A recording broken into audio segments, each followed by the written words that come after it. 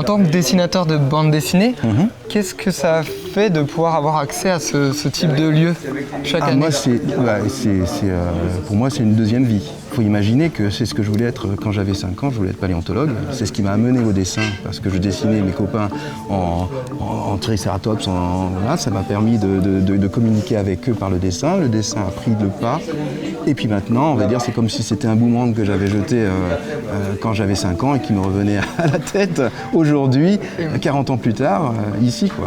Et maintenant, chaque année, au rendez-vous, je suis ici, fidèle au poste. oui, fidèle au poste. Oui, moi, je loupe pas un an, Jacques. On a retrouvé quelle partie alors? Alors là, ce qu'on voit vraiment, c'est la scapula, donc l'omoplate qui est ici, que l'on peut voir par là.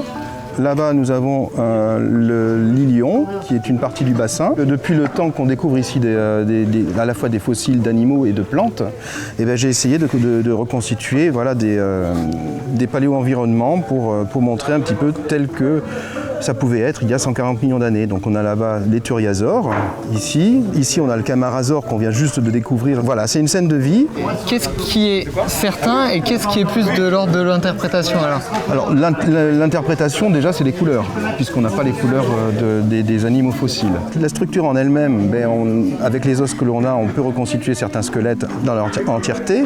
Les ornithomimosaures que nous avons trouvés, c'est une famille qui a des plumes dans d'autres parties du monde. Maintenant, on n'a jamais trouvé de plumes ici, de grandes plumes. Moi, je l'ai dessiné des fois avec des grandes plumes, des fois avec des petites plumes. Et c'est là où se situe un petit peu mon côté artiste, même si je montre ça quand même aux scientifiques pour validation. C'est-à-dire que moi, je ne veux pas dire de bêtises.